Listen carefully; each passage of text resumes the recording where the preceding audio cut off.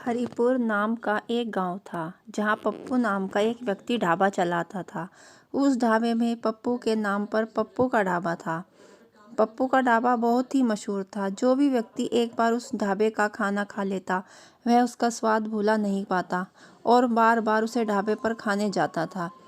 हीरापुर गांव में आने वाला प्रत्येक आदमी उसके ढाबे का खाना खाकर ही जाता। दिनों दिन ढाबा बहुत मशहूर होता जा रहा था।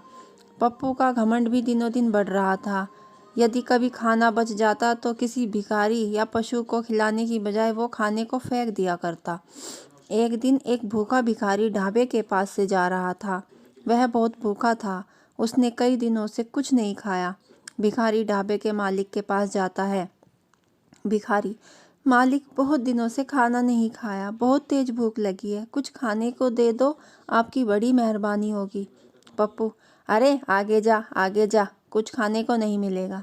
भिखारी: मालिक, थोड़ा सा खाना दे दो, कई दिनों से भूखा हूँ। पप्पू: पता नहीं सुबह सुबह कहाँ से चले आ रहे, सारा दिन खराब कर दिया मेरा। रामू, ओ रामू, इसे धक्के मारकर बाहर निकालो, पता नहीं कहाँ से आ जाते हैं। रामू भिखारी को धक्के मारकर ढाबे से बाहर कर देता है, लेकिन पप्पू को जरा सी भी दया नहीं आती। भिखारी ढाबे के सामने ही भूख के मारे बेहोश होकर गिर जाता है। रामू: अरे मालिक, यह तो बेहोश हो गया। पप्पू: अरे तो क्या करूं, तू इसे ढाबे के सामने से हटा, ग्राहक आने का समय हो गया है। रामू: जी मालिक। मालिक: ओ मालिक, लगता है यह तो मर गया। पप्पू: अरे क्या बोल रहा है रामू? रामू: मालिक, सही बोल रहा हूँ, यह तो मर गया, इसकी तो सांसें नहीं चल रही। पप्पू कहता है, रामू एक काम कर, इसको उठाकर पीछे वाले कुएं में फेंका, किसी को कुछ नहीं पता चलेगा। रामू: जी मालिक, आप जैसा कहो। रामू उस मरे हुए भिखारी को कुएं में फेंक देता है। पप्पू: अरे रामू, तुझे ऐसा करते हुए किसी ने देखा तो नहीं, किसी को कुछ पता तो नहीं चला? रामू: नहीं मालिक, किसी ने नहीं देखा। पप्पू: आज तो दिन भी खराब गया, ज़्यादा ग्राहक भी नहीं आए, कल से तुम भी समय पर आ जाना, नहीं तो तुम्हारा पगार काट लूँगा। रामू: ठीक है मालिक। पप्पू अपने सभी नौकरों को छुट्टी करके खुद घर चला जाता है। रास्ते में पप्पू को ऐसा लगता है कि कोई उसका पीछा कर रहा है। पप्पू पीछे मुड़कर देखता है, लेकिन उसे कोई नहीं दिखाई देता। वह वापस घर के आगे चलने लगता है। अरे पीछे से कोई नहीं है, यह मेरे मन का वहम है। पप्पू यह बोलकर आगे चलता है, तभी पीछे से कोई पप्पू को थप्पड़ मारता है। वह अपने चारों तरफ देखता है, लेकिन उसे कोई नहीं दिखाई देता। पप्पू दौड़कर घर पहुंचता है। घर पहुंचकर अपनी पत्नी को आवाज़ लगाता है। पप्पू: अरे भाग्यवान, जल्दी से खाना ले आओ, बहुत जोरों की भूख लगी है। पत्नी: जी अभी लाई। जैसे ही पत्नी पप्पू को खाना लेकर आती है, तभी भिखारी का भूत उसे जोर से धक्का मारता है, जिस कारण उसे हाथ में खाने की थाली नीचे गिर जाती है और पूरा खाना जमीन पर गिर जाता है। अरे भगवान, ये क्या किया, तुम्हें खाना जमीन पे गिरा दिया। पत्नी: जी पता नहीं कैसे मुझे पीछे से जोर से धक्का लगा और मेरे हाथ से खाने की थाली छूट गई। पप्पू: आज का तो पूरा दिन ही खराब है, सुबह से अनहोनी ही अनहोनी हो रही है।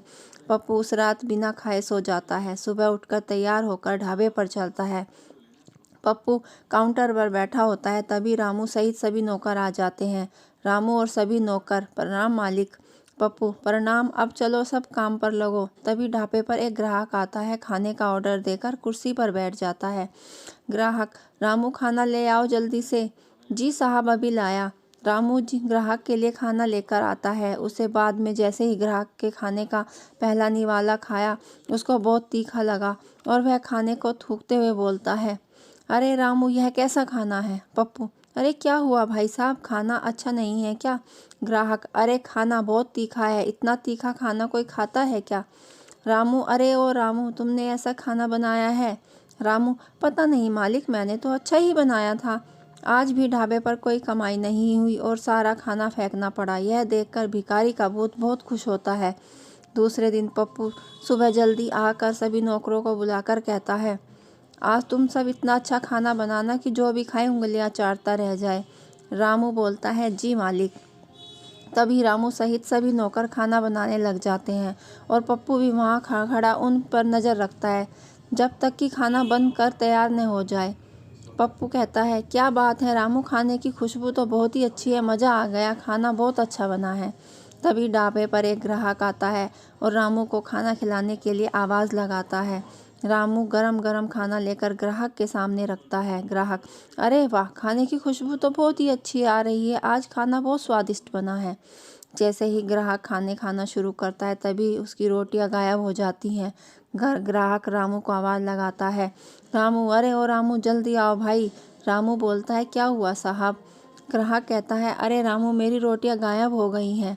रामू, अरे साहब, यह कैसे हो सकता है? आपको हम ला रहे हैं। यह सब भिखारी का भूत कर रहा था। वही ग्राहकों को डरा डरा कर ढाबे से भगा रहा था और बहुत ही खुश हो रहा था। पप्पू को कुछ भी समझ नहीं आ रहा था, क्योंकि यह सब रोज रोज होने लगा था। जितने भी ग्राहक आते, भिखारी का भूत उन सभी को डरा कर भगा देता, उनको तंग करता। धीरे धीरे ढाबे की कमाई कम हो गई और ग्राहक भी। एक दिन कुछ लोग हीरापुर गांव से होते हुए शहर जा रहे थे। तभी उन्हें रास्ते में पप्पू का ढाबा दिखाई दिया। उन्होंने पप्पू के ढाबे का नाम बहुत सुन रखा था, इसलिए सभी ढाबे पर खाना खाने के लिए रुक जाते हैं। वे लोग खाने का ऑर्डर देते हैं। रामू उनके लिए खाना लेकर आता है। जैसे ही रामू सामने खाना रखता है तभी अचानक उनकी शाही पनीर की सब्जी की जगह चिकन की सब्जी आ जाती है। यह देखकर दोनों ग्राहक बहुत डर जाते हैं। जैसे ही भी लोग पानी पीने के लिए गिलास उठाते हैं तभी भिखारी का भूत पानी के गिलास को उन लोगों पर बिखेर देता है, जिसके बाद लोग डरते हुए जोर जोर से चिल्लाने लगते हैं। ग्राहक, अरे भूत, इस ढाबे में तो भूत है, भागो यहाँ से। रोजाना ढाबे से अलग अलग प्रकार की घटनाएं होने लगी। कभी रोटियां हवा में उड़ने लगी, कभी सब्जियां चिकन बन जाती, किसी का खाना गायब हो जाता, कभी कुर्सियां हवा में उड़ने लगती। ऐसी घटनाएं रोज होने लगी। पप्पू के ढाबे को लोग भूतिया ढाबा कहने लगे। वहाँ काम करने वाले लोग भूत से डरने लगे और भूतिया ढाबे में डर से काम करने लगे। एक दिन पप्पू के गले में पैसे निकलने के लिए जैसे ही गल्ला खोला, उसे गले में भिखारी का कटा हुआ सिर दिखा। पप्पू, अरे भूत, भिखारी का भूत, जिसने मैंने कुएं में फेंका था, फिर यह ढाबे में कैसे आ गया? पप्पू की बात सुनते ही पप्पू की चीखती चिल्लाती आवाज़ सुनकर ढाबे के सभी लोग पप्पू के पास आ जाते हैं। पहला आदमी कहता है, अरे क्या हुआ भाई साहब, आप इतनी ज़ोर से चिल्ला क्यों रहे हैं? दूसरा आदमी, क्या हुआ भाई साहब, आप क्यों डर रहे हैं? पप्पू कहता है, अरे भाई साहब, मेरे गले में सिर कटा भूत है, सभी पैसे गायब हैं। पहला आदमी, भाई साहब, ऐसा कैसे हो सकता है? अरे भाई, तुम खुद ही जाकर देख लो, तुम्हें भी सिर कटा भूत दिखाई देगा। पप्पू की बात सुनकर आदमी गल्ला खोलता है, लेकिन उसे सिर कटा हुआ भूत नहीं दिखाई देता और सारे पैसे ही वहीं दिखाई देते हैं। अरे भाई साहब, आपकी तबीयत ठीक नहीं है, ज़रूर आपने कोई सपना देख लिया है। वहाँ सिर कटा भूत नहीं है और आपके पैसे भी वहीं हैं। आपको आराम करने की ज़रूरत है, आप छुट्टी ले लीजिए। पप्पू कहता है, अरे नहीं भैया, मैं झूठ नहीं बोल रहा हूँ, सिर कटा भूत मैंने देखा है। सभी को अपनी बात मनवाने की पूरी कोशिश करता है, लेकिन कोई उसकी बात पर विश्वास नहीं करता और वहाँ से चले जाते हैं। रामू, मालिक, मुझे लग रहा है भूखे भिखारी का भूत है, जिसको आपने पीछे कुएं में गिरवाया था। अरे मालिक, भिखारी भूख की वजह से मौत हो गई, उसी ने हमारे ढाबे को भूतिया ढाबा बना दिया है और अब उसका भूत आपको डरा रहा है, परेशान कर रहा है। पप्पू कहता है, हाँ रामू, तुम सही बोल रहे हो, मुझे भी यही लग रहा है। अगर ऐसे ही चलता रहा तो यह ढाबा जल्दी ही बंद हो जाएगा और मैं बर्बाद हो जाऊंगा। अब तुम मेरी मदद कर सकते हो।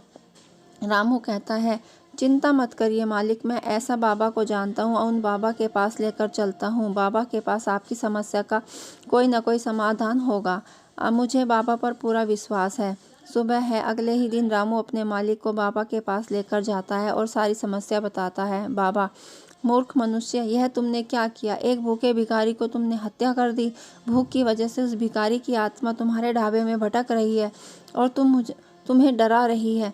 पप्पू, बाबा मेरी रक्षा करो, मुझे बहुत ही बड़ी गलती हो गई, आगे मैं कभी ऐसी गलती नहीं करूँगा। बाबा अपनी तंत्र मंत्र शक्ति से भिखारी की आत्मा को बुलाता है। भूतिया भिखारी, यदि कोई मुझे परेशान करेगा तो मैं उसे मार डालूंगा। हा हा हा हा। पप्पू कहता है, मुझे माफ़ कर दो, मुझे बड़ी गलती हो गई, आगे से किसी भिखारी को भूखा नहीं जाने दूंगा, किसी को भी भूखा नहीं रहने दूंगा। बाबा अपने कमंडल से पवित्र जल निकालकर भूत की आत्मा को मुक्त कर देते हैं और पप्पू को हमेशा गरीब लोगों को खाना खिलाने का आदेश देते हैं। दोस्तों, कहानी अच्छी लगी हो तो हमारी चैनल को सब्सक्राइब लाइक और शेयर ज़रूर करें। धन्यवाद।